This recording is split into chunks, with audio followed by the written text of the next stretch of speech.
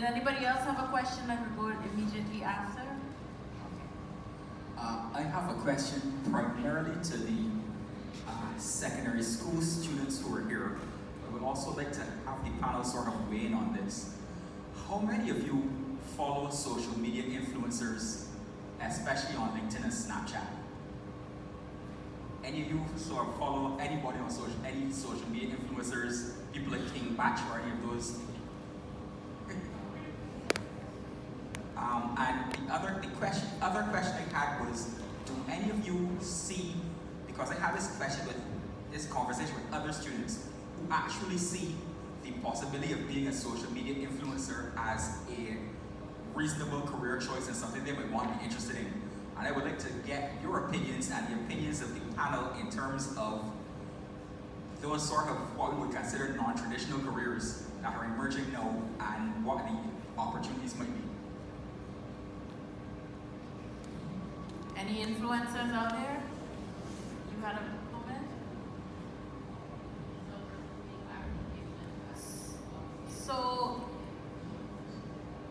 Khloe Kardashian, for instance, I mean, apart from her normal job, but she goes, you know, these persons who go and promote products, etc., but just by one click of an Instagram, picture.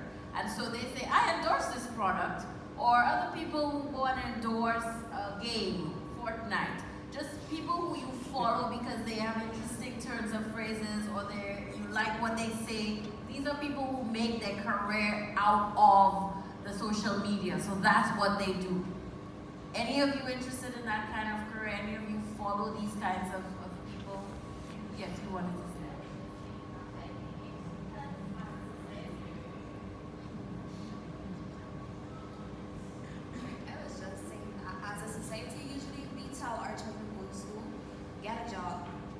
Go to school, get your education, go work for somebody else. We don't tell them, okay, you want to be a social media influencer, come, let's do it. Like, I'm going to support you this far in your journey, and after you get here, you have to do it on your own. We usually tell them, go do what everybody else does, so in that way, we're stifling their creativity, basically. So instead of teaching children how to think, we want to teach them what to think. Wonderful, and I'm sure somebody on this panel is going to have something to say about that. All right, so I want to take the question. I'm so sorry that we didn't get to do bios. My company is a social media company. We do HR, but we're revolutionizing the way we practice HR in the Caribbean. Dawn Marie found me on social media a couple years ago. The White House found me on social media, and we don't have a large following.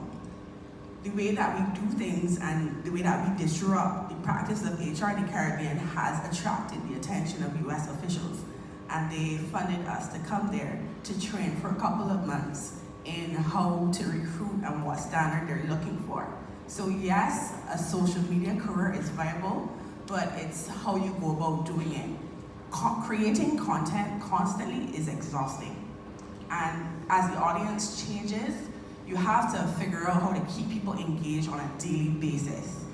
So what you're doing for last month campaigns might not work for this month's campaigns.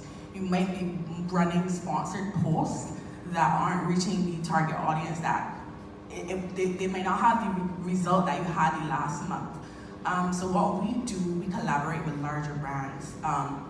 We normally brands approach us. The most recent brand deal we had was with Savannah Beach Hotel.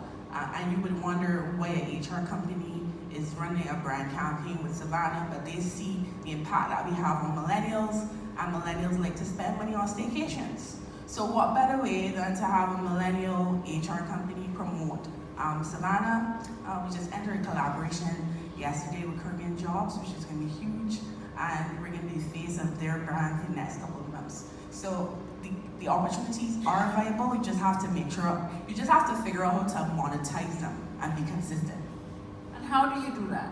Monetizing? Yes. Okay, so there are several ways to monetize an online brand. One is brand collaborations.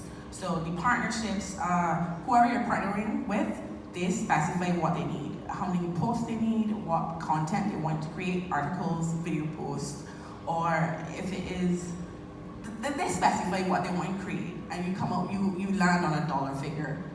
based on shared value or value specifically for them. But you get there over time. Initially, what we did to make money was we created courses, which is like classes. A few of you in here have been to my classes or have seen me online. Where's Janelle? Yeah, a few of you. So we created classes to teach people what we do or to teach people to market our expertise. So I'm an HR consultant by profession. So I teach people how to do interviews, teach people how to do resumes. We started online and then we started face-to-face courses. So we started in Barbados and then we went to St. Lucia, then we went to Trinidad. So we did it as a tour. So only DJs go on tour in the Caribbean, that's what we've been told. But what we did is we took that DJ model and applied it to our business and we operated like a talent company. So we just take the talent, we just take our skills, which is HR consultants, and we are non-traditional, non-conventional, and we go to different islands teaching people how to practice HR differently and how to get into the job market. Wonderful. That